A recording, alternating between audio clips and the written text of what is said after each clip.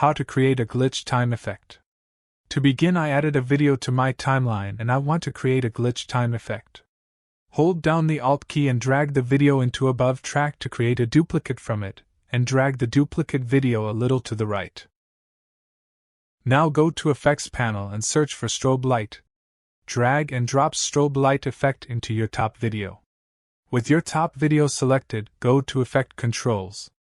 First set the scale to around 105. Then under Strobe Light, set strobe duration to 0.1 and set strobe to makes layer transparent. Now move the playhead at the start and click on stopwatch next to random strobe probability to create a starting keyframe.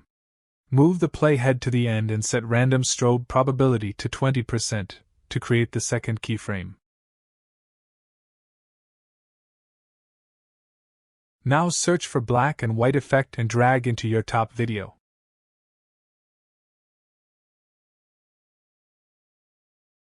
Also, search for VR chromatic aberrations and drag it into your top video as well. And now our effect is completed.